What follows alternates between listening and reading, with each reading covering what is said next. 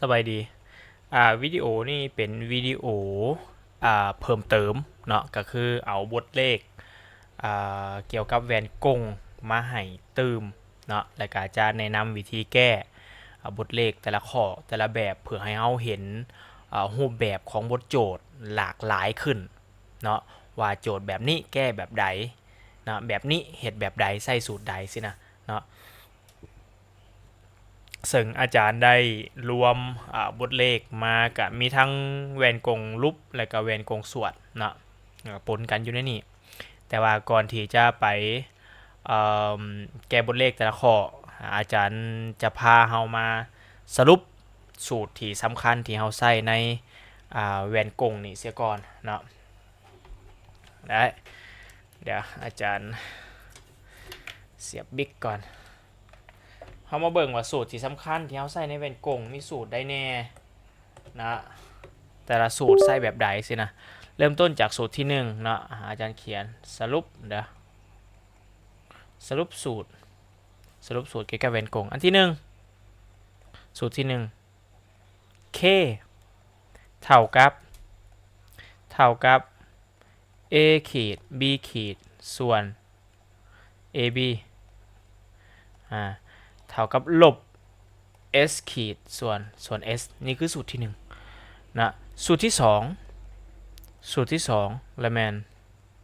1ส่วน f เท่ากับ1ส่วน s บวกให้1ส่วน s ขีดนะ1ส่วน s ขีดนะในนั้นตัว k นี่เอิ้นว่าระดับขยายของแวนนะ k แม่นระดับขยายนะส่วน a ขีด b ขีดเพิ่นเอิ้นว่าขนาดของรูปหรือว่าล่วงสูงของรูปนะอาจารย์จะบ่ได้เขียนสื่อมันให้เด้อให้พวกเฮาฟังเอาแล้วพวกเฮาเขียนไว้ก็ได้นะส่วน AB ละล่ะเอิ้นว่าขนาดของวัตถุหรือว่าความสูงของวัตถุนะตัว S ขีด นี่หมายถึงระยะรูปก็คือเป็นระยะห่างจากตำแหน่งของรูปหาแวนนั่นมัน S ขีดเนาะส่วน S ละล่าที่บ่ได้ขีดนี้เอิ้นว่าระยะวัตถุเป็นระยะห่างจากวัตถุหาแวนเนาะในนั้นตัว F นี้ F เลยแม่นระยะสุมของแวนเนาะก็คือเป็นระยะห่างจากจุดสุมหาแวนเนาะนอกจากสูตร2สูตรที่เฮาต้องกำให้มันได้สิ่งที่เฮาต้องกำให้มันได้อีกอันหนึ่งละแม่นการกำหนดเครื่องหมายของแต่ละอย่างอยู่ในนี้นี่นะอาจารย์จะเขียนอยู่นี่เด้อการกำหนดเครื่องหมายเริ่มต้นจากเครื่องหมายของ a ขีด b ขีดเครื่องหมายของ a ขีด b ขีด a ขีด b ขีดถ้าหากว่าเป็นรูปจริง a ขีด b ขีดจะนะติดขาลบทางรูปจริงเลยนะ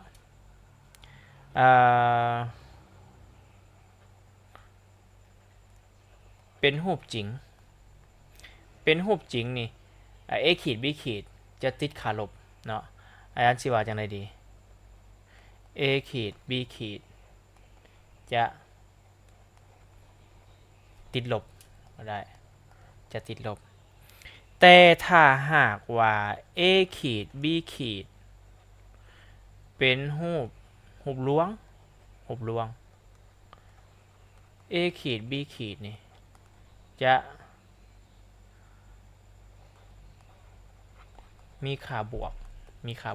อันนั้นมันเบื้องเครื่องหมายของa ขีด b ขีดเนาะวันนี้เราเบิ่งเครื่องหมายอีกตัวหนึ่งเป็นเครื่องหมายของตัว k เครื่องหมายของตัว k อาจารย์จะเขียนอย่างนี้ตัว k แม่น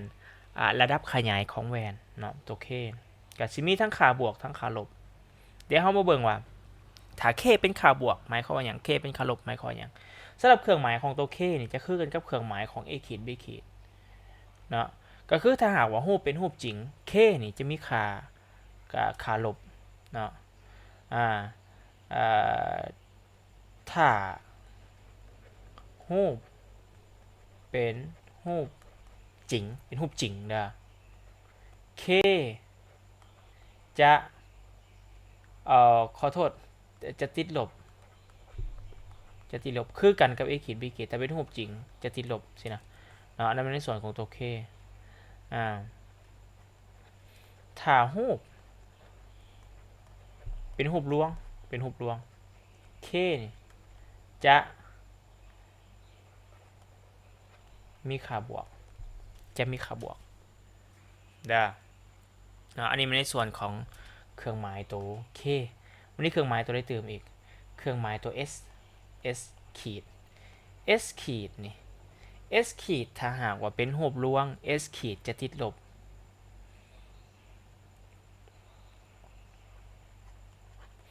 ถ้ารูปเป็นรูปลวง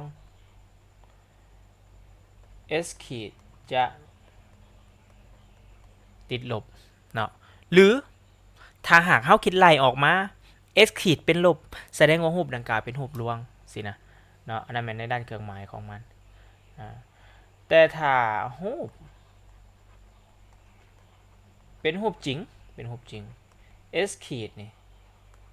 จะมีค่าบวกแบบนี้S ขีดจะมีค่าบวกอันนี้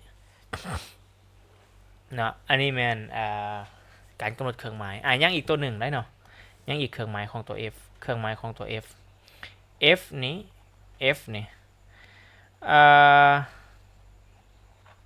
ถ้า F เป็นบวกแมนระยะ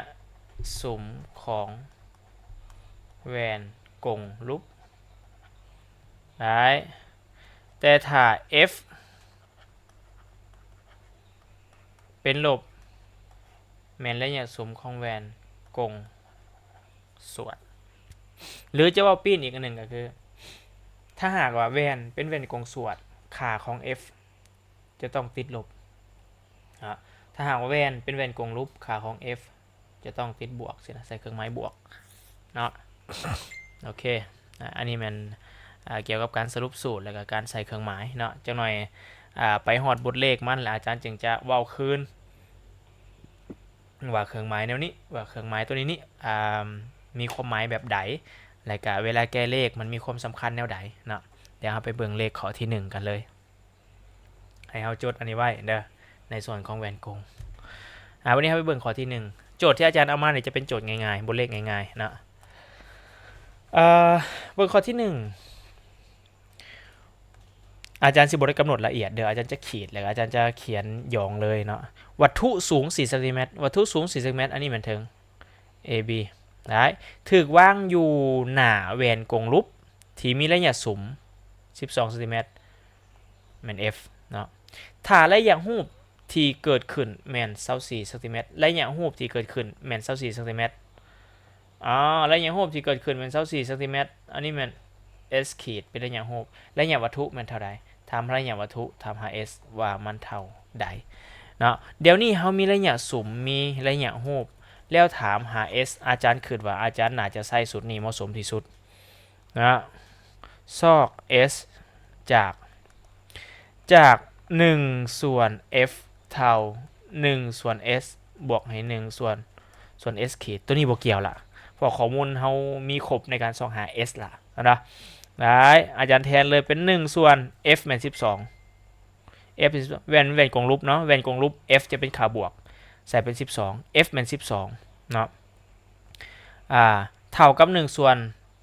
S 1ส่วน S แม่นบ่ฮู้บวกให้1ส่วน S ขีด1ส่วน S ขีด S ขีดแม่น24ย้ายตัวเลขไปหาตัวเลขปะตัวหลับไว้อยู่บนเดียวเนาะอาจารย์จะย้าย24คำเครื่องหมายเท่ามากลายเป็น1ส่วน12ลบ1ส่วน24เท่ากับ1ส่วนS เนาะบัดนี้พูดรวมนะขึ้นพูดรวม24เนาะตัวนี้คูณ2ตัวนี้คูณ2กลายเป็นหยังกลายเป็น2ลบ1ส่วน24เท่ากับ1ส่วน S นะ2ลบ1ก็ออก1เป็น1ส่วน24เท่ากับ1ส่วน S นะคูณไขว้แล้วถอนเอา S จะได้ S เท่ากับ 4ซนเมตร s เท่ากับ24ซนเมตรโอ้แสดงว่า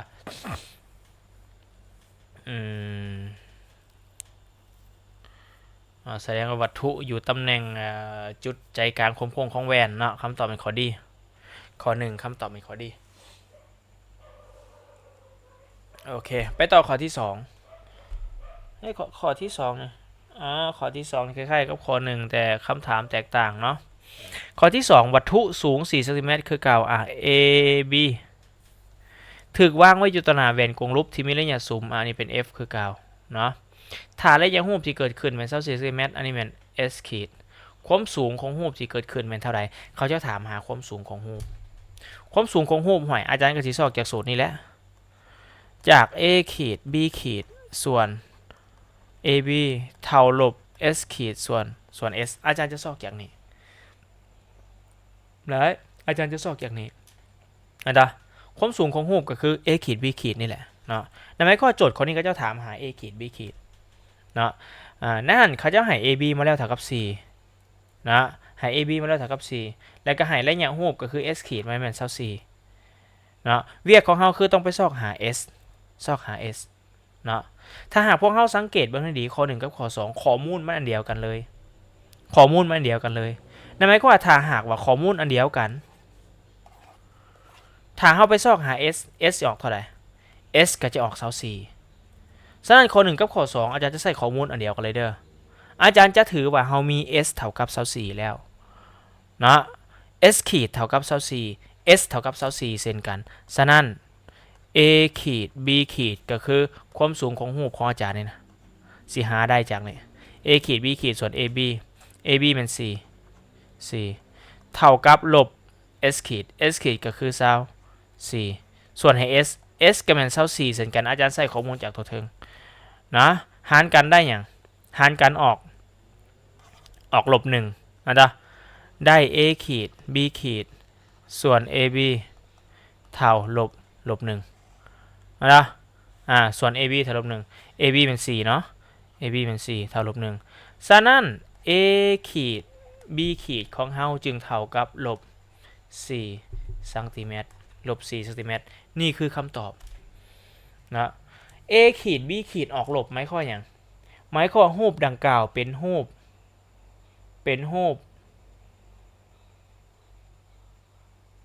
จริงนะรูปดังกล่าวเป็นรูปจริงลักษณะของรูปก็คือหัวของมันจะปิ่นลงหลุม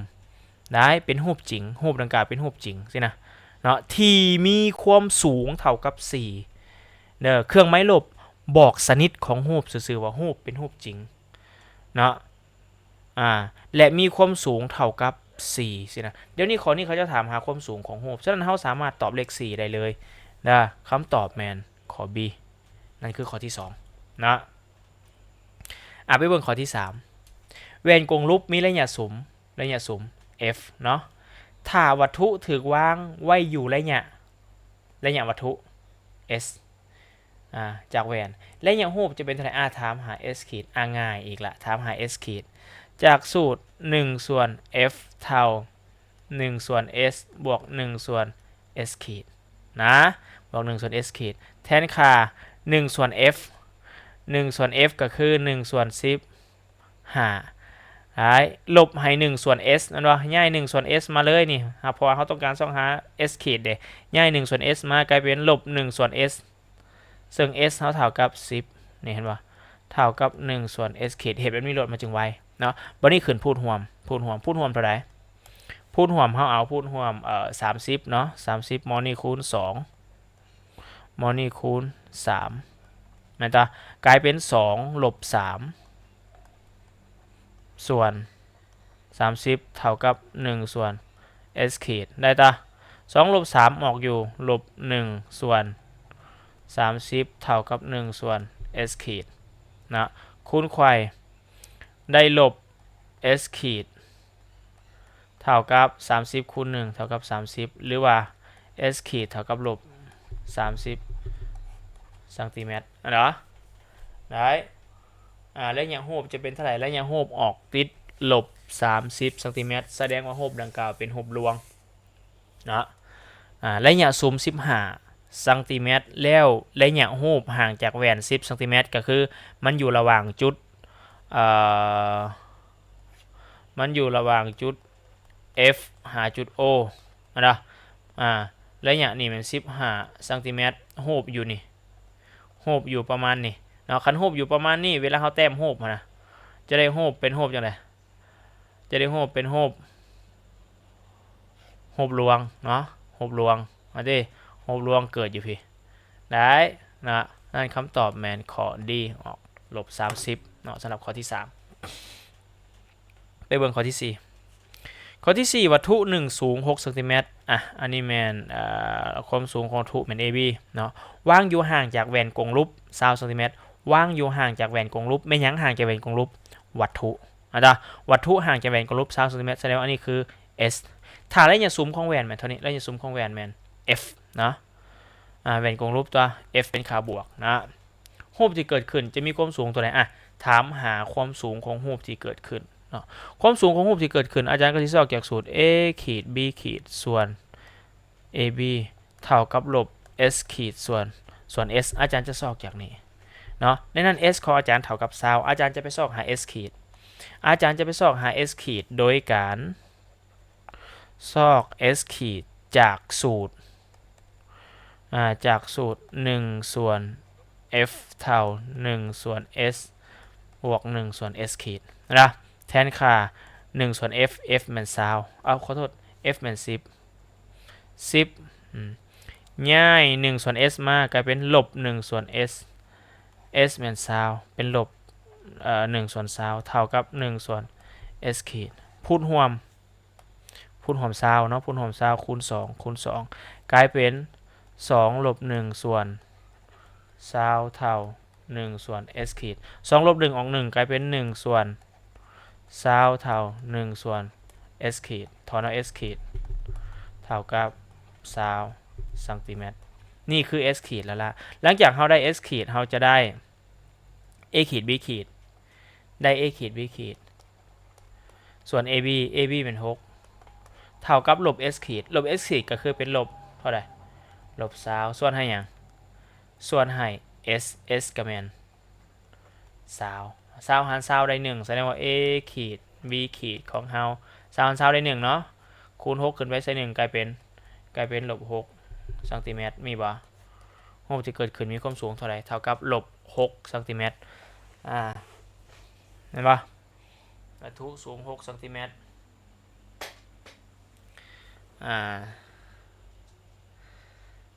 ได้นะแสดงว่ารูปดังกล่าวเป็นรูปจริงนะเป็นรูปจริงที่มีขนาดเท่ากับขนาดของวัตถุเลยเห็นป่ะวัตถุกระสูง6ซนติเมตรรูปกระสูง6ซนติเมตรเนาะรูปเป็นรูปจริงที่มีขนาดเท่ากับวัตถุมีทิศปีนกับวัตถุเนาะซึ่งถ้าหากว่าเฮาอิงใส่ทฤษฎีเห็นป่ะถ้าหากเฮาอิงใส่ทฤษฎีจุดสุ่มนี่เท่ากับ10วัตถุอยู่ตำแหน่ง20แสดงวัตถุอยู่ตำแหน่งอยู่จุด Cคันวัตถุอยู่จุด C เวลาเฮาแต้มรูปเห็นป่ะเวลาเฮาแต้มรูปจะเกิดอยู่จุด C พอดีเนาะรูปจะเกิดอยู่จุด C พอดีเห็นบ่นี่รูปจะเกิดอยู่จุด C พอดีนะคันรูปเกิดอยู่จุด C คันรูปเกิดอยู่จุด C แสดงว่าหยังแสดงว่ารูปจะมีขนาดเท่ากับวัตถุแต่มีทิศปีนซื่อๆเนาะมีทิศปีนซื่อๆได้นะสิประมาณนี้นะคำตอบคือข้อใดอะไรเป็นข้อ6เนาะนั่นคือข้อที่4ไปเบิ่งข้อที่5ข้อที่5ก็จะสอบให้ยังข้อที่5วัตถุ1ว่างห่างจากแหวนกงรูประยะเท่านี้นี่คือระยะห่างจากแหวนกงรูปหาวัตถุแสดงเป็น s ถ้าระยะซุ้มของแหวนเป็นเท่านี้อันนี้เป็นระยะซุ้ม f ระดับขยาย k ของรูปเป็นเท่าไหร่ถามหาตัว k เนาะถามหาตัว k กับ k เท่าหยัง k เท่ากับลบ s ขีดส่วน s ได้หรือ k เท่ากับ a ขีด b ขีดส่วน ab ก็ได้เนาะแต่อันนี้อาจารย์เห็นมี s ละแล้วก็มี f เนาะซึ่ง s กับ f นี่น่าจะไปซอกหา s ขีดเนาะนั่นหมายความว่าอย่างอาจารย์จะซอกหาจากสูตรนี้เนาะแล้วก็อาจารย์ก็จะไปซอกหา s ขีดจาก1ส่วน f เท่า1ส่วน s บวก1ส่วน s ขีดเนาะแทนค่าใส่1ส่วน f ก็กลายเป็น1ส่วน10เนาะย้าย1ส่วน s มาก็กลายเป็นลบ1ส่วน s 1ส่วน s ก็คือ30เนาะเท่ากับ1ส่วน s ขีดนะได้พูดห่วมเท่าไหร่พูดห่วม30คูณ3ใส่พูดห่วม30คูณ3ใส่นี่คูณ3ใส่นี่กลายเป็น3ลบ1ส่วน30เท่ากับ1ส่วน s ขีด3ลบ1เหลือ2 2ส่วน30เท่ากับ1ส่วน s ขีดเนาะได้ย้ายเอาถอนเอา s ขีด s ขีดคูณไขว่ขึ้นไปกลายเป็น2s ขีดคูณไขว่ขึ้นไปกลายเป็น30คูณ1ออก30ถอนเอา s ขีด s ขีดได้ยัง s ขีดได้30ส่วน2ออกอยู่15ซนติเมตรนี่คือ s ขีด s ขีดเท่า5ซนติเมตรเมื่อ s ขีดเท่า5ซนติเมตรเราจะได้ k เท่ายังได้ k เท่ากับลบs ขีดเท่า15ซะดอกได้ k เท่ากับลบ15ส่วนs แมน30 s แมน30ฉะนั้นแล้วคำตอบจะออกเป็นเท่าไหร่ออกเป็นลบ1ส่วน2เนาะลบ1ส่วน2 k ก็ออกอยู่ลบ 0.5 นะ k นี่บ่มีหัวหน่วยเด้ k ออกลบ 0.5 ลบ 0.5 k ออกลบแสดงว่ารูปดังกล่าวเป็นรูปจริงนะรูปดังกล่าวเป็นรูปจริงรูปดังกล่าวเป็นรูปจริงนะคำตอบคือข้อ A คำตอบคือข้อ A แม่นบ่ k เป็นค่าลบแสดงว่ารูปเป็นรูปจริงต่อนี่นะ k ถ้า k ติดลบแสดงว่ารูปเป็นรูปจริงสินะเห็นป่ะได้นั่นคือข้อที่6ขอโทษข้อที่5นะไปเบิ่งข้อที่6ข้อที่6ได้บ่นี่เบิ่งกรณีของข้อที่6ข้อที่6แหวนกงรูปสร้างรูปล่วงตั้งซื่อสร้างรูปล่วงตั้งซื่อที่มีขนาดใหญ่กว่าทุ3เท่ามีขนาดใหญ่กว่าทุ3เท่าตัวนี้นี่เฮาอาจจะกำหนดเป็น a ขีด b ขีดเท่า3 ab ก็ได้เนาะหรือเราอาจจะกำหนดเป็นk เท่า3ก็ได้นะ k เท่า3ก็ได้เพราะว่าอันน่ะคือจังซี่อาจารย์จะเบิ่งเพราะว่าเรามีสูตร k เท่าหยัง k เท่า a ขีด b ขีดส่วน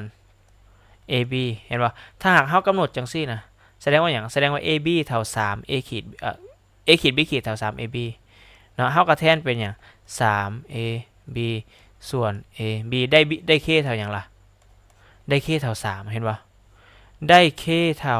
3เพราะฉะนั้นแล้วถ้าหากว่าโจทย์กำหนดมาลักษณะนี้นะเฮาสามารถกำหนดมันเป็น k ได้เลยเฮาสามารถกำหนดมันเป็น k ได้เลยสบายกว่าอาจารย์ว่านะสบายกว่าได้เห็นป่ะนี่เห็นป่ะนะโอเคแสดงว่าเฮามี k เท่า3เนาะถ้าระยะรูปเป็นเท่านี้ระยะวัตถุเป็นเท่าไหร่อันนี้เป็นระยะรูปก็คือ s ขีดเป็นเท่านี้เนาะระยะวัตถุเป็นเท่าไหร่ถามหา s เนาะรูปดังกล่าวเป็นรูปจังไดรูปดังกล่าวเป็นรูปลวงคันเป็นรูปลวงเวลาที่เฮากำหนดค่าของ k เด้อคันเป็นรูปลวงเวลาที่เฮากำหนดค่าของ k เป็นจังไดถ้าเป็นรูปลวงเป็นรูปลวง k จะมีค่าบวกเด้เป็นรูปลวง k จะมีค่าบวกโอเคแสดงว่าตำแหน่งของ k ที่เฮากำหนดนี้เฮากำหนดเป็นบวกเนาะรูปลวง k จะมีค่าบวกแต่ถ้าเป็นรูปลวง s ต้องติดลบนี่ s ต้องติดลบขอโทษ s ขีดต้องติดลบนะโอเคบัดนี้เขาจะถามหา s ล่ะว่ามันเท่าใดจากสูตร k เท่าลบ s ขีดส่วน s เนาะเขาจะได้ k แมน3เนาะเขาแทนด้วยเลข3พอรูปเป็นรูปลวงคันรูปลวง k จะเป็นค่าบวกเนาะ3เท่ากับลบ s ขีดและ s ขีดก็เท่าลบ45อีกสินะมาส่วนให้หยังส่วนให้ s อันว่าลบคูณลบกลายเป็นบวกแสดงว่าหยังมันจะกลายเป็น3เท่ากับ45ส่วน s เนาะถอนเอา s ย้าย s ขึ้นไปย้าย3ลงมากลายเป็น s เท่ากับ45หาร3ได้ s เท่ากับ15ซนติเมตร s เท่ากับ15ซนติเมตร นะคำตอบเป็นข้อ C นะคำตอบเป็นข้อ C นะได้เบิ่งให้ดีวิธีแก้นะเราอาจจะกำหนดเป็น a ขีด b ขีดเท่า 3ab ก็ได้นะจะกำหนดเป็น k เลยก็ได้เห็นป่ะอาจารย์เฮ็ดให้เบิ่งนะคือที่อาจารย์นี่กรณีที่โจทย์ให้เขาเจ้าให้มาจังซี่นะอาจารย์จะกำหนดมันเป็น k เลยสบายกว่านะกำหนดเป็น k เลยสบายกว่าได้โอเคไปต่อข้อต่อไปข้อที่7วัตถุ1สูงสูง2เซนติเมตรแสดงว่าอันนี้คือ AB นะถูกวางอยู่ห่างจากแหวนกงรูป40เซนติเมตรวัตถุถูกวางห่างจากแหวนกงรูป40เซนติเมตรแสดงอันนี้คือ S ละล่ะถ้าแหวนมีรัศมีโค้งมีตัวใหม่ขึ้นมาอีกแหละนะความสูงของรูปเป็นเท่าไหร่ทำหาความสูงของรูปทำหา A ขีด B ขีดว่ามันเท่าไหร่เฮ็ดจังได๋จะได้ความสูงของรูปเนาะเขาจะให้ AB มาเขาจะให้ S มาแล้วถามหาความสูงของรูปอาจารย์จะซอกหาความสูงของรูปจากสูตรนี้เลย A ขีด B ขีดส่วน AB เท่ากับลบ S ขีดส่วน S อาจารย์จะซอกอย่างนี้นะเมื่ออาจารย์ซอกอย่างนี้เวียกของอาจารย์ก็คืออาจารย์จะไปซอกหาอย่างเดี๋ยวนี้เฮามี S ละเวียกของอาจารย์คือต้องไปซอกหา S ขีดซึ่งในในการซอกหา S ขีดอาจารย์ก็สิอาศัยสูตรของ1ส่วน F หั่นนะอาศัยสูตร1ส่วน F หั่นซอก S ขีดจาก1ส่วน F เท่า1ส่วน S บวก1ส่วน S ขีดแทนค่า1ส่วน F แมน F นี่เท่ากับ F นี่เท่า R ส่วน2ได้F นี่เท่า R ส่วน2แหวนดังกล่าวเป็นแหวนกงรูปฉะนั้น F จะเป็นค่าบวกเท่ากับ60หาร2 F เท่ากับ30เซนติเมตรเห็นป่ะได้แทน F เท่ากับ30เซนติเมตรซึ่งมีค่าบวกนะโอเค F เท่ากับ30เซนติเมตรย้าย1ส่วน S มากลายเป็นลบ1ส่วน S ซึ่ง S เท่ากับ40แสดงว่า1ส่วน30ลบ1ส่วน40เท่ากับ1ส่วน S ขีดเนาะเขาพูดหอมยังดีแล้วเนี่ยพูดหอมยังดีห้อยซาวบ่ห้อยซาวขันห้อยซาวตัวนี้คูณ4 32ตัวนี้คูณ3คูณเทิงคูณลุ่มเนาะ3แสดงเป็น4ลบ3มันที่4ลบ3ส่วนห้อยซาวเนาะเท่ากับ1ส่วน S ขีดนะ4ลบ3ก็เหลือ1กลายเป็น1ส่วนห้อยซาวเท่ากับ1ส่วน S ขีดฉะนั้นเราจะได้ S ขีดเท่ากับห้อยซาวเซนติเมตรนะจ๊ะ S ขีดเป็นห้อยซาวเซนติเมตรเมื่อ S ขีดมันแมนบ่ล่ะ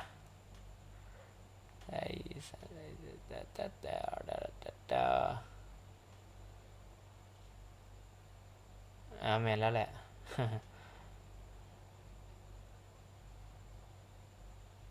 โอเคแม่นละS ขีดเท่ากับห้อยซาวซะนั่นเท่าได้อย่างซะนั่นเมื่อเขาได้ S ขีดเขาก็มาแทนสัญญาณผล1ของเขานี่ฉะนั้นเขาจะได้ A ขีด B ขีดส่วน AB อาจารย์จะแทนด้วยเลข2เนาะเท่ากับลบ S ขีดเป็นห้อยซาวส่วนให้ S เป็น40เนาะห้อยซาวส่วนให้40เขาได้อย่างต่อเราได้ A ขีด B ขีดส่วน2นั่นเท่ากับลบห้อยซาวส่วน40แมนเท่ากับลบ3แสดงว่า A ขีด B ขีดของเราเท่ากับลบ6เซนติเมตรนะเท่ากับลบ6เซนติเมตรนั่นคือความสูงของมันแมน6เซนติเมตรเครื่องไม้ลบบอกว่ารูปดังกล่าวเป็นรูปจริงนะก็จะถามหาความสูงของรูปก็ให้ตอบเฉพาะแต่ความสูงของมันนะก็คือเท่ากับ6นั่นเองคำตอบเป็นข้อ C ไปเบิ่งข้อต่อไปข้อที่8แหวนกงรูปสร้างรูปจริงขนาดน้อยกว่าวัตถุครึ่งหนึ่งนะ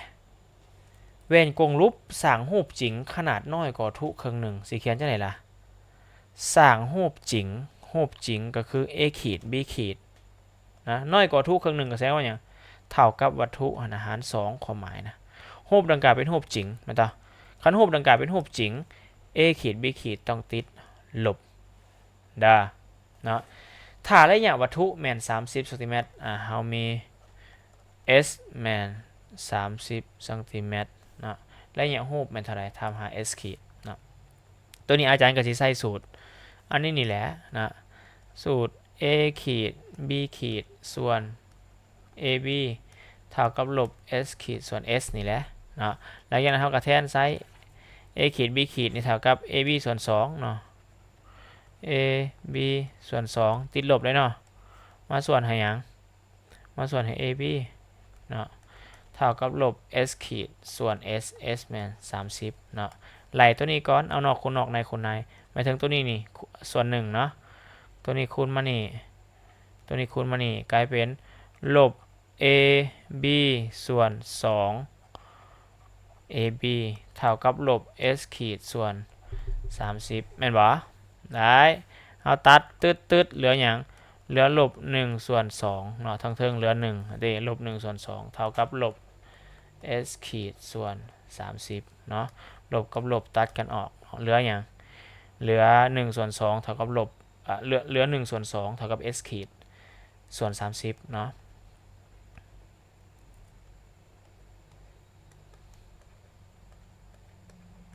เนี่ยอยากได้30เฮาก็เพียงแต่คูณตัวนี้ขึ้นมาเบื้องขวาก็สิเหลือแต่30เนาะกลายเป็นขอโทษเบื้องขวาก็จะเหลือแต่ s ขีดเนาะกลายเป็น30ส่วน2เท่ากับ s ขีดเลยแม่นติ30ส่วน2แสดงว่าหยังเท่า15เท่ากับ s ขีดหรือว่า s ขีดของเฮาเท่ากับ15ซนเนาะมีบ่คำตอบเนาะ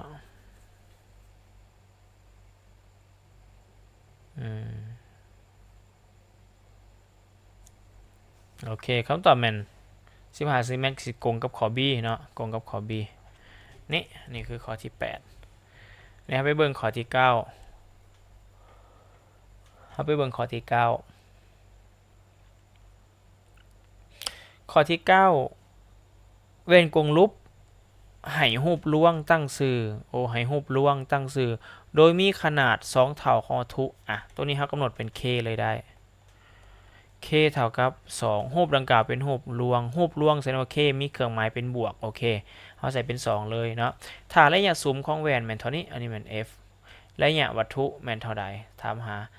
s ดอลลาร์มันเท่ากับเท่าใดเนาะเฮ็ดจังได๋ล่ะต้องการซอกหา s ดอลลาร์สิซอกหา s ดอลลาร์จากสายกรณีที่เขาเจ้าให้ f มาอาจารย์สิซอกหา s จากซอกหา s จาก1ส่วน f เนาะเท่า1ส่วน s บวกให้1ส่วน s ขีดจะซอกจากนี้นะแต่ว่าปัญหาคือ s ขีดเท่ากับบ่มีเนาะเฮาจะซอกหา s นะฉะนั้นอาจารย์จะเขียนตัวนี้เป็นสมผล1เสียก่อนแล้วจากนั้นไปซอกหา s ขีดต่อซอก s ขีดจากไสล่ะจาก k เท่ากับลบ s ขีดส่วน s นี่อันที่ลบ s ขีดส่วน s เท่านี้นะ k เท่าเท่าไหร่ k เท่า2แทนด้วยเครื่องหมายบวกลบเนาะลบให้ s ขีดส่วน s แสดงว่าอย่างแสดงว่า s ขีดของเฮาเท่ากับเหตุจังซี่ก่อนอาจารย์จะคูณ s ขึ้นว่านี่กลายเป็น 2s เท่ากับลบ s ขีดเนาะหรือ s ขีดล่าเท่ากับอย่างลบ 2s แบบนี้ก็ได้นะแล้วรูปดังกล่าวเป็นรูปร่วงได้นี่นะได้ s ขีดเท่ากับเท่านี้เฮาไปแทนใส่ในสมผลของตัวนี้นะได้1ส่วน f 1ส่วน f ก็คือ1ส่วน25เนาะเท่ากับ1ส่วน s ลบ1ส่วน s ขีดแม่นติอาจารย์ใส่เครื่องหมายลบเนื่องจากว่านี่เห็นป่ะ s ขีดของเฮานี่ติดลบเนาะปกติในสูตรของมันเป็นบวกแต่ว่าค่าของมันเป็นลบอาจารย์ก็เลยติดลบอยู่นี่เลยเนาะลบ1ส่วน s ขีดก็คือลบ1ส่วน 2s นั่นเองเพราะว่า s ขีดเท่ากับ 2s เด้แม่นตินะวันนี้เขาจะได้หยังเขาจะได้1ส่วน25หันเท่ากับใครจังได๋พูดร่วม นะคูณ2ใส่คูณ2ใส่แมนที่เพื่อให้พูดมันคือกันนะเฮาคูณ2ใส่ตัวนี้ก็จะกลายเป็น 2s ตัวนี้ก็เป็น 2s เนาะฉะนั้นจะได้เป็นอย่างได้เป็น2ลบ1ส่วนให้ 2s เนาะ2ลบ1กับอันนี้อาจารย์เขียนไว้คือเก่า2ลบ1ก็ออก1ส่วนให้2 2s เนาะคูณไขว่ 2s ขึ้นมานี่กลายเป็น 2s คูณ1เท่ากับ 2s 25คูณ1เท่ากับ25เนาะถอนเอา s ละล่าถอนเอา s ละล่าย่าย2ไปหารกลายเป็น25หาร2แสดงว่า s ของเฮาละล่าเท่ากับ 12.5 สังติเมตรคำตอบแมนข้อ A เนาะอันนี้เป็นข้อที่9นะเฮาไปเบิ่งข้อที่10ข้อที่10เพิ่นวางวัตถุไว้ต่อหน้าแหวนกงรูประยะเท่านี้ระยะห่างจากวัตถุให้แหวนกงรูเป็นระยะ s เนาะเฮ็ดให้เกิดรูปจริงตั้งอยู่หน้าแหวนโอเคเป็นรูปจริงเนาะและห่างจากแหวนระยะเท่านี้อันนี้คือระยะห่างจากรูปหาแหวนแสดงว่าเป็น s ขีดนะถามว่ารัศมีความโค้งของแหวนเท่ากับเท่าไหร่ถามหา r ว่ามันเท่ากับเท่าไหร่ห้วย r ก็จากสูตร f เท่า r ส่วน2หั่นแหละอันที่ f เท่า r ส่วน2เขาจะได้ r เท่ากับอย่าง r เท่ากับ 2f แสดงว่าก่อนที่จะได้ r เขาก็ต้องมี f ซะก่อนเนาะฉะนั้นแล้วเขาจึงไปซอกหา f จากสูตรอย่าง1ส่วน f เท่า1ส่วน s บวกให้1ส่วน s ขีดนี้อันนี้ได้นะเขาจะได้1ส่วน f เท่ากับเท่าไหร่1ส่วน s 1ส่วน s ละแม่น10บวกให้1ส่วน s ขีด s ขีดละแม่น15พูดรวมยังดีพูดรวม30แม่นติพูดรวม30คูณ3ใส่คูณ2ใส่คูณ3คูณ2จะได้พูดเป็น30เนาะอาจจะได้1ส่วน f เท่ากับ30บวก2เป็นขอโทษ3คูณ1ออก3 2คูณ1ออก2ก็เป็น3บวก2ออก5เนาะทั้งเทิงออก5ทั้งรวมแมนเขาเป็นพูดรวม30เด็กก็เป็น30เนาะดังนั้นคูณไขว่เขาจะได้อย่าง30เท่ากับหา f เนาะหรือว่าถอนเอา f ก็สิย่ายหามาหารกลายเป็น30ส่วน5เขาจะได้ f เท่ากับอย่าง6ซนติเมตรเมื่อ f เท่า6ซนติเมตรฉะนั้น r ของเฮาจึงเท่ากับ2คูณให้6แสดงว่า r ของเฮาเท่ากับ12ซนติเมตรมีบ่คำตอบเป็นข้อ C เนาะคำตอบเป็นข้อ C ได้10ข้อละอาจารย์คือมันเป็นตัวอย่างหลายสมควรสำหรับเฮาเนาะอย่างไรก็ตามเฮาจะแก้ไปให้มันเบิดฮอด20ข้อเนาะยังอีก10ข้อไปเบิ่งต่อข้อที่11เบิ่งต่อข้อที่11โอเคข้อที่11วางวัตถุไว้ต่อหน้าของแหวนกงที่มีระยะสุ่มเท่านี้ระยะสุ่มเป็น f เนาะปรากฏว่าได้รูปอยู่หน้าแหวนเนาะที่ห่างออกไประยะเท่านี้แสดงว่าเป็น s จงคิดไล่ระยะแต่วัตถุหาแหวนระยะแต่วัตถุหาแหวนแสดงว่าอย่างเป็นระยะวัตถุก็คือ s ละล่าอันนี้เป็นได้รูปอยู่ต่อหน้าแหวนเนาะแสดงว่าเป็น s ขีดเนาะซอกหา s และบอกว่าขนาดของรูปนั่นเป็นยักษ์เท่าของวัตถุขนาดของรูปเป็นยักษ์เท่าของวัตถุถ้าอยากรู้ว่าขนาดของรูปเป็นยักษ์เท่าของวัตถุสิ่งที่เราต้องซอกหาคือเราต้องซอกหา k ซอกหา k นี่เป็นตัวที่ใช้ไว้บอกว่ารูปมันนะเป็นยักษ์เท่าของวัตถุไอ้ k นะ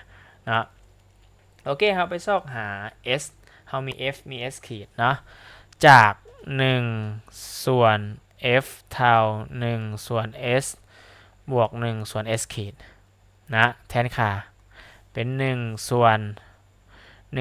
f ก็คือ1ส่วน40เท่า1ส่วน s บวกหู s เป็นตัวที่เราต้องการซอกหาบวกให้1ส่วน s ขีดเป็นห้อยซาวเนาะง่ายตัวเลขมาหาตัวเลขกลายเป็น1ส่วน40ลบ1ส่วนห้อยซาวเท่ากับ1ส่วน s นะพูดห่วมห้อยซาวคูณ3มันติคูณ3กลายเป็น 3 ลบ 1 ส่วนห้อย20เท่ากับ1ส่วน s นะ3ลบ 1ก็เป็น2แล้วครับ2ส่วนห้อย20เท่ากับ1ส่วน s นะถอนเอา s ถอนเอา s กับปีนตัวนี้ขึ้นไปหารเนาะกลายเป็นห้อย20หารให้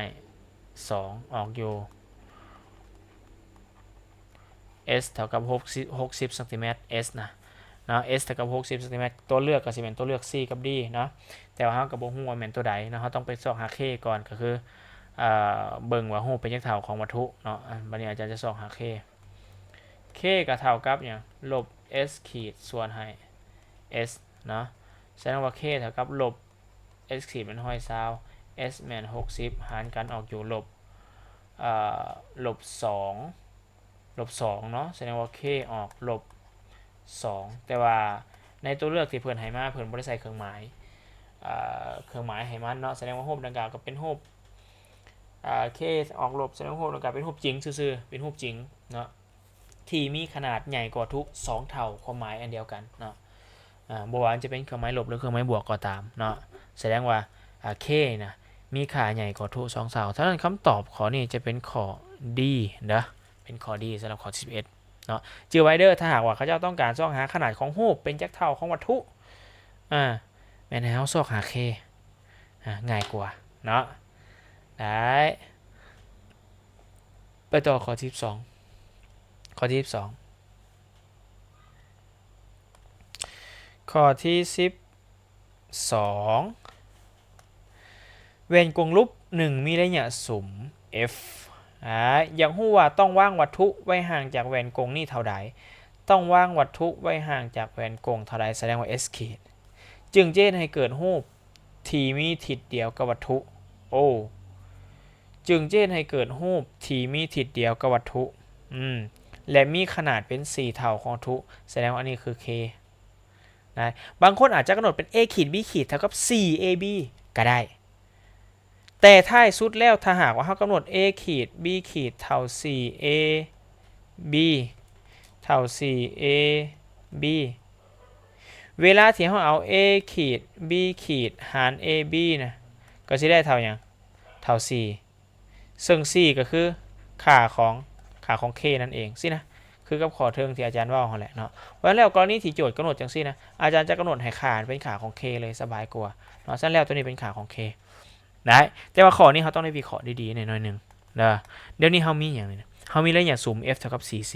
40อยากรู้ว่าต้องวางวัตถุไว้ห่างจากเวนกงนี่เท่าใดจึงจะเฮ็ดให้เกิดรูปมีทิศเดียวกับวัตถุแหวนกงรูปเฮ็ดให้เกิดรูปที่มีทิศเดียวกับวัตถุแสดงว่ารูปเป็นรูปหยังแหวนกงรูปที่เฮ็ดให้เกิดรูปมีทิศเดียวกับวัตถุมีกรณีเดียวรูปเป็นรูปลวงเห็นป่ะจื่อบ่อันที่เฮาแต้มนะปกติแหวนกงรูปเวลาแต้มรูปนะรูปจะมาเกิดอยู่รูปจะเกิดอยู่แถวพี่ได้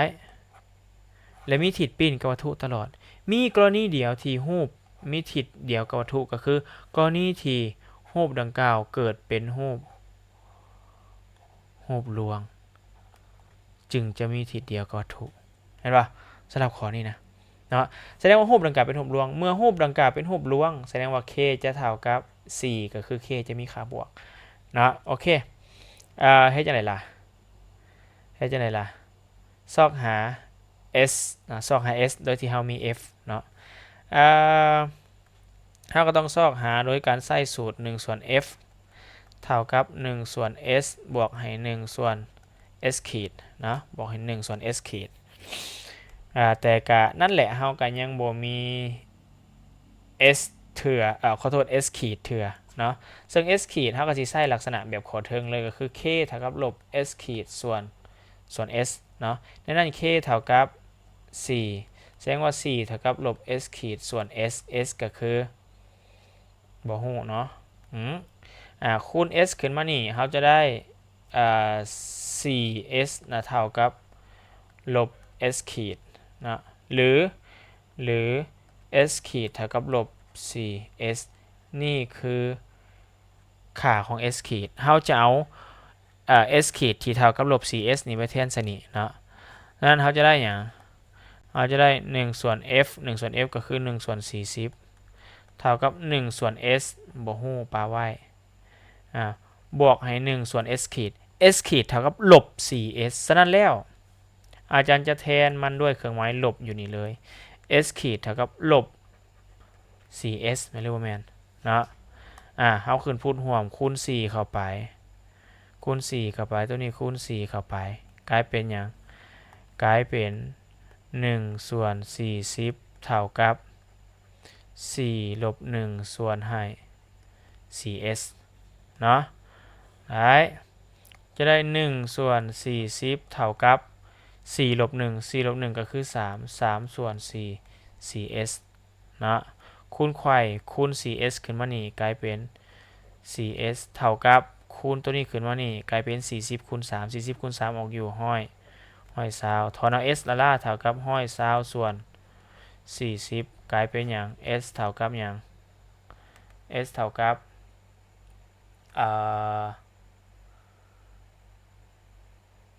แม่นบ่นี่ s เท่ากับตึงส่วน4นะบ่แม่นส่วน40ลองงงเบิดสมพอบ่ออกห้อย20ส่วน4ห้อย20ส่วน4ก็สิออกอยู่ s เท่ากับ30ซนเมตรเนาะ f s เท่ากับ30ซนเมตรนั่นคือข้อที่12เบิ่งคืนเนาะว่าอาจารย์แก้แบบใดไหลจังไดเป็นยังคือแก้แบบนี้เป็นยังคือเห็นแบบนี้นะอาจารย์อธิบายไว้แล้วนะได้โอเคต่อไปข้อที่23ข้อที่23วางวัตถุไว้ห่างจากแหวนกงระยะ8ซนเมตรวางวัตถุไว้ห่างจากแหวนกงระยะ8ซนเมตรแสดงว่า8ซนเมตรแม่นระยะของ s ก็คือระยะวัตถุเนาะปรากฏว่าได้รูปลวงห่างจากแหวนเท่านี้นี่เป็น s ขีดเป็นรูปลวงจงซอกหาระยะสุ่มก็คือ f มันเท่ากับเท่าไหร่และก็ชนิดของแหวนความจริงชนิดของแหวนนะหลังจากที่เขาซอกระยะสุ่มแล้วเขาก็สามารถซอกบอกชนิดของแหวนได้เลยเนาะก็คือถ้าหากเขาซอกระยะสุ่มถ้าหากระยะสุ่มเป็นลบแสดงว่าแหวนดังกล่าวเป็นแหวนกงสวดแต่ถ้าหากว่าระยะสุ่มเป็นบวกแสดงว่าแหวนดังกล่าวเป็นแหวนกงลบสินะเนาะฉะนั้นแล้วเรียกของเขากับเพียงแต่ซอกหาระยะสุ่มซื่อๆเนาะซอกหาระยะสุ่มก็จากอย่างเดี๋ยวนี้เขามี s เท่า8และเขามี s ขีดเท่ากับโฮโบ s ขีดเท่ากับเท่าไหร่โฮเป็นรูปลวง s ขีดเท่ากับเท่าไหร่ s ขีดเท่ากับลบ4เด้ออย่าไปวาง s ขีดเท่ากับ4ละล่ะเพราะมันเป็นรูปลวงเขาต้องระวังถ้ารูปลวง s ขีดต้องติดลบให้มันก่อนที่จะนำไปใส่นะโอเควันนี้เราไปส่องหา f ไงล่ะ f เท่ากับ1ส่วน s บวก1ส่วน s ขีดนะได้1ส่วน f เท่ากับ1ส่วน s s แมน8s ขีดแมน4แต่ติดลบอาจารย์ติดอยู่นี่เลยเป็น1ส่วน4เอาพูดรวม8พูดรวม8เนาะพูดรวม8จะได้1ส่วน f เท่ากับ1ลบ2ส่วน8แม่นติคูณ2ซะนี่ได้1ลบ2ส่วน8แสดงว่า1ส่วน f ของเฮาเท่ากับลบ1ส่วน8เนาะถอนเอา f ก็จะได้8ลบ8ส่วน1เด้ลบ8ส่วน1ออกลบ8ซนเมตรแสดงว่าแหวนดังกล่าวมีระยะสุ่มเท่ากับ8แต่ติดลบเนาะนั่นหมายความว่าแหวนดังกล่าวนี้ต้องเป็นแหวนกงสวดที่มีระยะสุ่มเป็น8นะครับคำตอบเป็นข้อคำตอบเป็นข้อ A นี่นะระวังเด้อหูบลวงเวลากำหนดค่าของ s ขีดอย่าลืมติดลบขั้นหาว่าข้อนี้ครับบ่ติดลบตัวนี้ใส่นะบ่ออกเนาะให้ระวังแบบนั้นสำหรับข้อ13ต่อไปข้อ14วัตถุหนึ่งว่างอยู่ห่างจากแหวนกงสวดนี่คือ s วัตถุห่างจากแหวนกงสวดแสดงเป็น s เนาะถ้าระยะซูมของแหวนเป็นเท่ากับตัวนี้อันนี้คือ f แหวนกงสวดเด้อระยะหูบเป็นเท่าใดนะแหวนกงสวด f มีค่าเท่ากับ15แต่ต้องติดลบให้มันให้ระวัง นนี้เวนกงส่วนแล้วเด้อเวนกงรูปเนี่ยบ่ต้องซีเรียสอย่างเวนกงรูปนี่f เป็นขาบวกอยู่แล้วแต่ถ้าเวนกงส่วน f เวลาที่เขาเจ้าให้มาอย่าลืมติดลบใส่เองแล้วจึงไปซอกเนาะซอกหา s ขีดจากสูตร1ส่วน f เท่า1ส่วน s บวก1ส่วน s ขีดแทนค่า1ส่วน f ก็คือ1ส่วน15แต่ต้องติดลบเนาะเราต้องการซอกหา s ขีดอาจารย์จะง่าย1ส่วน s ข้ามเครื่องไม้เท่าไปหา1ส่วน f เลยง่ายไปก็จะกลายเป็นลบ1ส่วน s ซึ่ง s ก็คือ30เนาะเท่ากับ1ส่วน s ขีดอันนี้ได้เขาจะได้เท่าไหร่ขึ้นพูดรวมเนาะพูดรวม30คูณ2ใส่คูณ2ใส่จะกลายเป็นลบ2ลบ1นะลบ2ลบ1ส่วน30เท่ากับ1ส่วน s ขีดนะลบ2ลบ1ก็กลายเป็นลบ3ส่วน30เท่ากับ1ส่วน s ขีดถอนเอา s ขีดถอนเอา s ขีดง่ายตัวนี้ขึ้นไปหารโลดกลายเป็นลบ30ส่วน3 s ขีดของเฮาออกอยู่ลบ10เซนติเมตรแสดงว่ารูปดังกล่าวเป็นรูปลวงเนาะรูปดังกล่าวเป็นรูปลวงซึ่งแน่นอนอยู่แล้วตามทฤษฎีถ้ารูปที่เกิดจากแหวนกงสวดนี่นะตามที่เฮาแต้มผ่านมาได้เนาะรูปดังกล่าวจะเป็นรูปลวงเห็นป่ะซึ่งมันก็โกงกับทฤษฎีเลยถ้าหากว่าเฮาแก้ถูกนะมันสิสอดคล้องกันเบิดนะเบิ่งข้อที่15ข้อที่15วัตถุสูง5เซนติเมตรอันนี้คือ A B วางอยู่ห่างจากแหวนกงสวดแหวนกงสวดที่มีระยะซุ้มเท่ากับ20แสดงว่า f เท่ากับลบ20นะอย่ากำหนดเอา20ละได้นะวางอยู่ห่างจากแหวนกงสวดที่มีระยะซุ้มเท่ากับ20เป็นระยะ40เซนติเมตรแสดงว่าอันนี้คือระยะห่างจากวัตถุหาแหวนกงสวดเนาะความสูงของรูปใกล้เคียงกับขอไดลมนี้ใกล้เคียงกับขอไดลมนี้ถามหาความสูงของรูปก็คือ a ขีด b ขีดนะอาจารย์คือสิซอกจาก a ขีด b ขีดจากนี่แหละ a ขีด b ขีดส่วน ab เท่ากับลบ s ขีดส่วน s อาจารย์คือซอกจากนี้แหละนะได้หลังจากนั้นอาจารย์ก็สิไปซอกหาอย่างซอกหา s ขีดนะซอกหา s ขีดนะซอก s ขีดจากอย่างจากสูตรของ f 1ส่วน f เท่า1ส่วน s บวกให้1ส่วน s ขีดแทนค่า1ส่วน f นี่เท่ากับลบ20ให้ติดลบเนาะต้องการส่องหา s ขีดต่อต้องการส่องหา s ขีดอาจารย์จะง่ายตัวนี้มาหาตัวนี้คือเก่ากลายเป็นลบ1ส่วน s ลบ1ส่วน s เนาะลบ1ส่วน s ก็คือลบ1ส่วน40อันตาเท่ากับ1ส่วน s ขีดนี่นะอันเด้พูดรวมตัวนี้40ตัวนี้20เขาจะเอาพูดรวมเป็น40เนาะพูดรวมอยากได้พูดรวมเป็น40ต้องคูณตัวนี้ด้วย2คูณตัวนี้ด้วย2เนาะจะกลายเป็นลบ2ลบ1ส่วน40อันเด้ได้ในส่วนนี้นะกลายเป็นลบ2ลบ1ส่วน40เท่ากับ1ส่วน s ขีดลบ2ลบ1ก็เท่ากับลบ3ส่วน40เท่ากับ1ส่วน s ขีดนะถอนเอา s ขีดละล่า s ขีดละล่าก็จะเท่ากับลบ40ส่วน3เนาะลบ40ส่วน3ก็ออกอยู่3เป็น31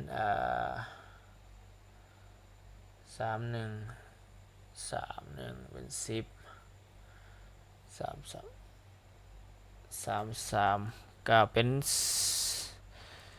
13.3เซนติเมตรบ่ประมาณนี้บ่อาจารย์ลองได้40ส่วน3ออกติดลบเนาะ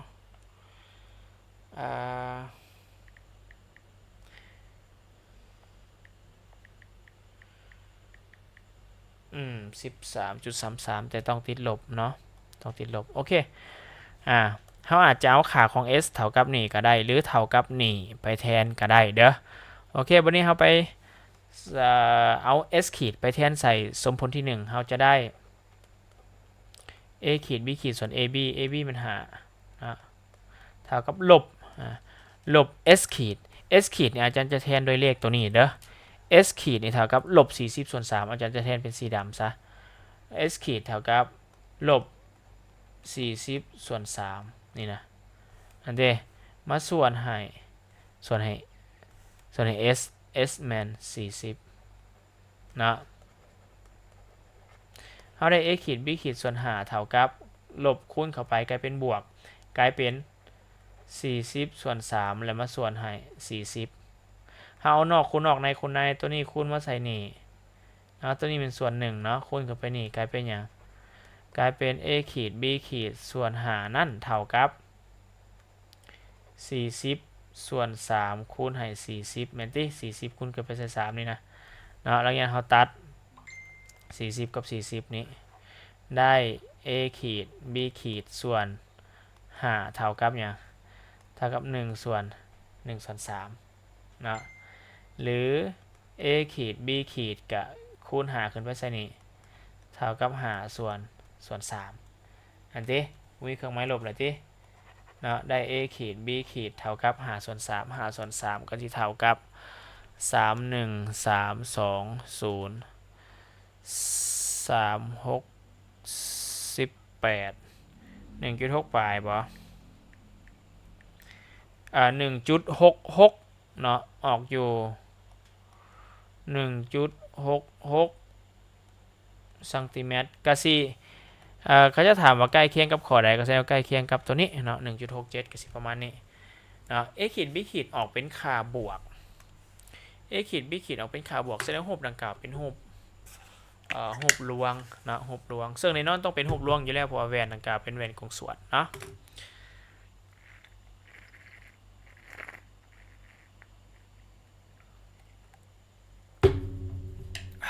โอเคต่อไปข้อที่16อีก4ข้อที่16แหวนกงสวดสร้างรูปลวงที่ระยะ10 ซนติเมตรรูประยะ10 ซนติเมตรแสดงอันนี้เป็นระยะรูปแหละเด้ทางหลังแหวนทางหลังแหวนแหวนกงสวดเขาต้องเกิดอยู่หลังแหวนถูกต้องละถ้าระยะวัตถุแม่นเท่านี้ระยะวัตถุก็คือ s ระยะซุ้มของแหวนเป็นเท่าไหร่ถามหา f เนาะอาจารย์ก็จะซอกจากสูตร1ส่วน f เท่ากับ1ส่วน s แม่นซาวเนาะอาจารย์จะแทนเลยเด้อลบให้1ส่วน s ขีดความจริงมันต้องเป็นบวกแต่ว่า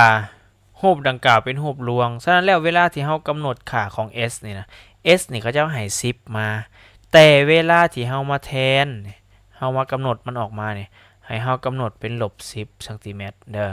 เพราะฉะนั้นแล้วเวลาที่เรามาแทนใส่สูตรนี่นะเราจะใส่เป็นลบนะลบ1ส่วน s ก็คือลบ1ส่วน10นั่นเองนะได้เขาจะได้1ส่วน f เท่าพูดห่วมซาวคูณ2เนาะ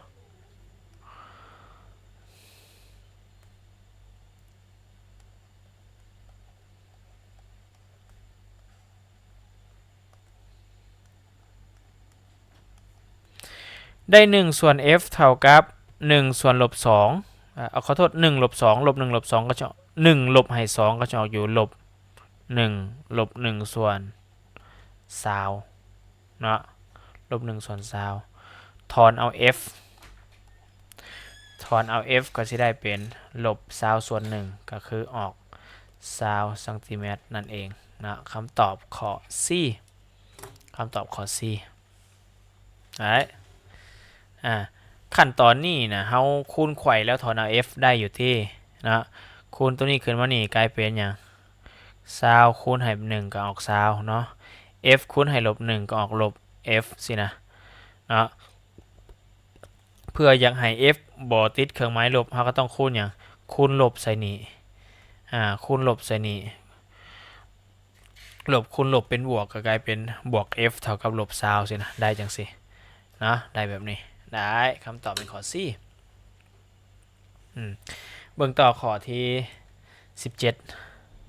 17วัตถุหนึ่งวางห่างจากแหวนกงสวดวัตถุ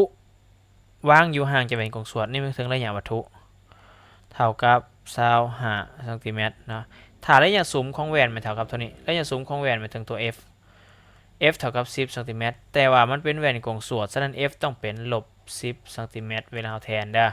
ถามหาระดับขยายคือตัว k เนาะตัว k ก็สิซอกจากสูตร k เท่ากับลบ s ขีดส่วน s นั่นแหละเนาะ แสดงว่าเวียกของเราคือต้องไปซอกหา s ขีดเพราะว่า s เรามีแล้วเนาะซอกหา s ขีดจาก1ส่วน f เท่า1ส่วน s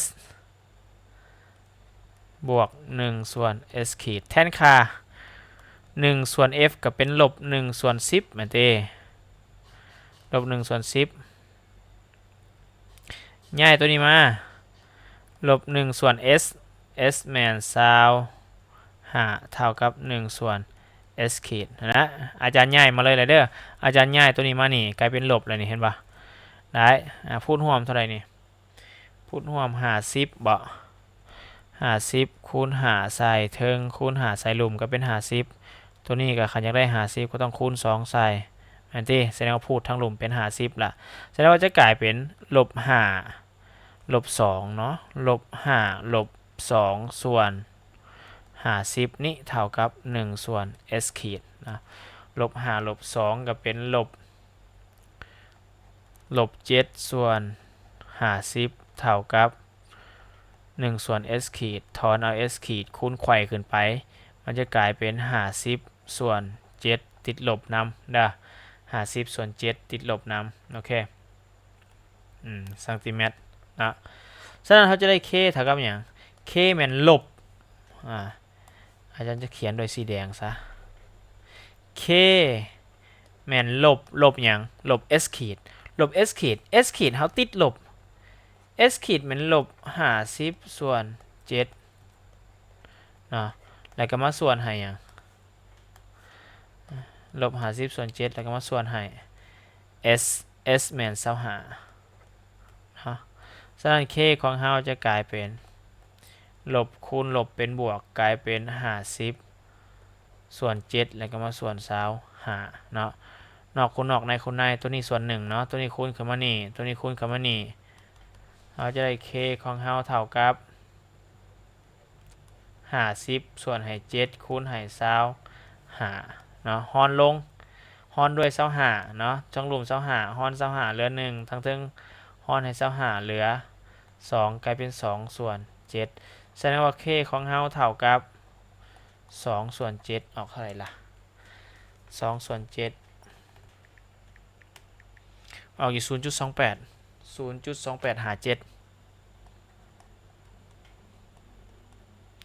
0.2857 k นะคำตอบของซีเมนข้อ B นะตอบเป็นข้อ B ได้ไล่เบิ่งนี่ถ้าเราบ่อยากฮ้อนให้ลงน้อยแบบอาจารย์พวกเขาก็เอา7คูณให้25แล้วก็เอา50มาหารให้7คูณให้25หันเนาะไล่แบบนั้นก็ได้ถ้าหากใครบ่เข้าใจวิธีการฮ้อนแบบอาจารย์นะต่อไปข้อที่18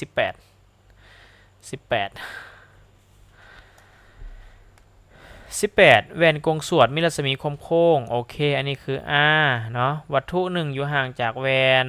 อันนี้คือ s ซับหาระยะโฮบเนาะระยะโฮบก็คือ s ขีดนะอาจารย์ก็จะซอกจาก1ส่วน f เนาะซึ่ง f หัน f เท่า r ส่วน2 r เป็น40หาร2เท่ากับ20แต่เวลาเรามาแทนเราต้องแทนด้วยเครื่องหมายลบอันเด้ได้1ส่วน s บวกให้1ส่วน s ขีดเนาะแทนค่า s แมน20เนาะเราไหลออกมาแต่ว่าต้องติดเครื่องหมายลบให้มันเนาะต้องการส่องหา s ขีดง่ายตัวนี้ขามเครื่องหมายเท่ามากลายเป็นลบ1ส่วน s ของเราออกอยู่ s ของเราเพิ่นให้มาเป็น60เนาะเท่ากับ1ส่วน s ขีดนะพูดรวม60เนาะงามเลยพูดรวม60คูณ3คูณ3กลายเป็นลบ3ลบ1ส่วน60เท่ากับ1ส่วน s ขีดเหมือนเด้และลบ3ลบ1ก็กลายเป็นลบ4ส่วน60เท่ากับ1ส่วน s ขีดหรือ s ขีดของเราเท่ากับลบ60ส่วน4นะ s ขีดเท่ากับเท่าไหร่ลบ60ส่วน4 4142015บ่ลบ15เนาะออกกี่ลบ15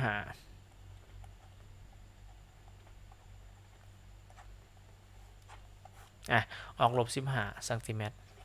คำตอบข้อ B ต่อข้อ19อีก2ข้ออดเอาข้อ19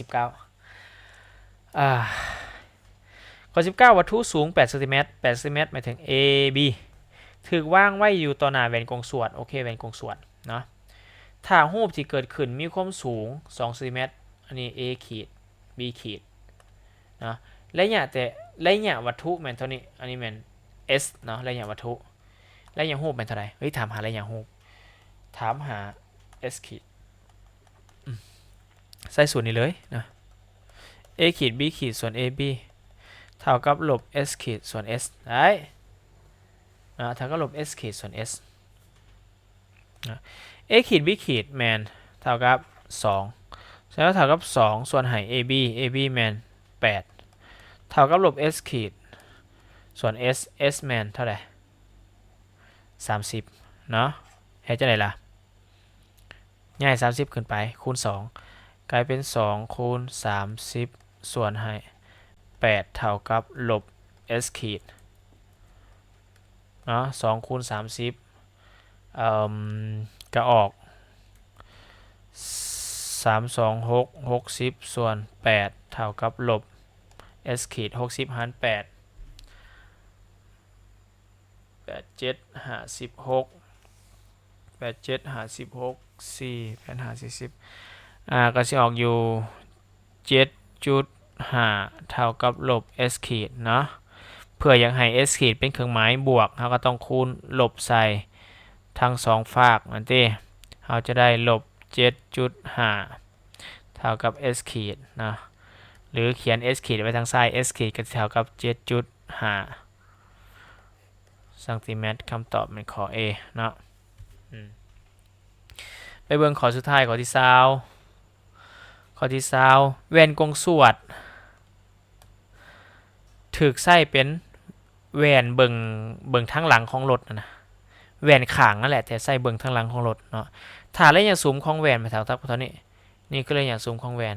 เป็นแว่นกงสวดแสดงว่าระยะซูมต้องเท่ากับติดลบระยะซูมเท่ากับ 1.5 ซนติเมตรเนาะและรถอีกคันนึงอยู่ห่างจากแว่นระยะเท่านี้รถอีกคันนึงอยู่ห่างจากแว่นระยะเท่านี้แสดงว่าหยังแสดงว่าอันนี้นะเป็นระยะห่างจากรถหาแว่นระยะห่างจากรถหาแว่นก็คือระยะวัตถุนั่นเองมันติรถนี่เป็นวัตถุนะนี่นะและระยะวัตถุนั่นเองแสดงว่า S เท่ากับ10ซนติเมตรนะ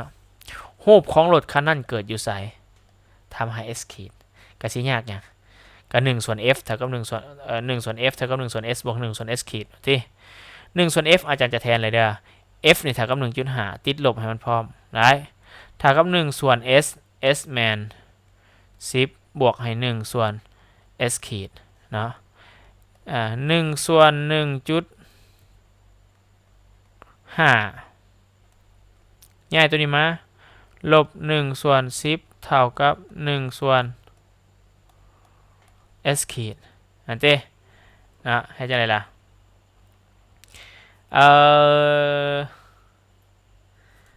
เลขตัวนี้ก็สิขึ้นพูดหวมยากหน่อยนึงเนาะพูดหวมอาจารย์สิเอาเป็น30ดีบ่30อาจารย์จะคูณตัวนี้ด้วย3คูณตัวนี้ด้วย3อยากให้ตัวนี้เป็น30อาจารย์จะคูณด้วย20คูณด้วย20ออกบ่30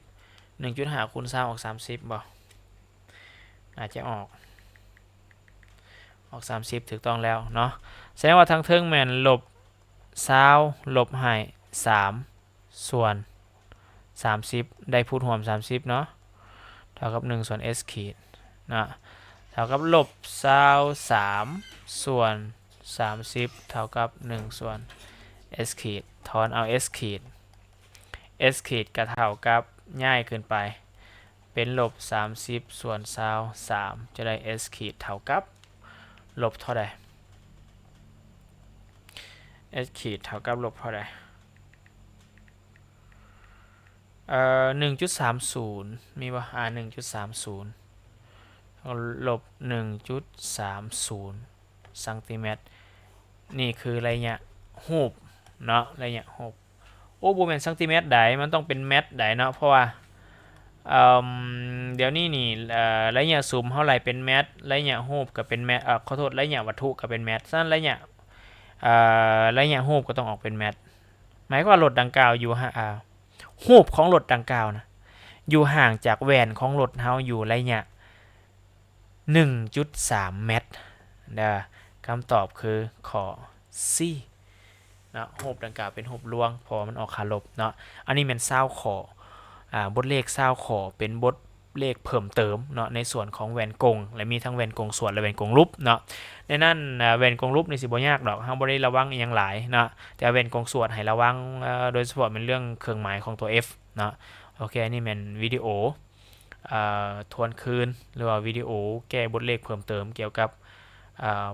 ภาคของแหวนกงม .6 เนาะวิดีโอนี่ก็เบิดเพียงแต่ซ้ำนี้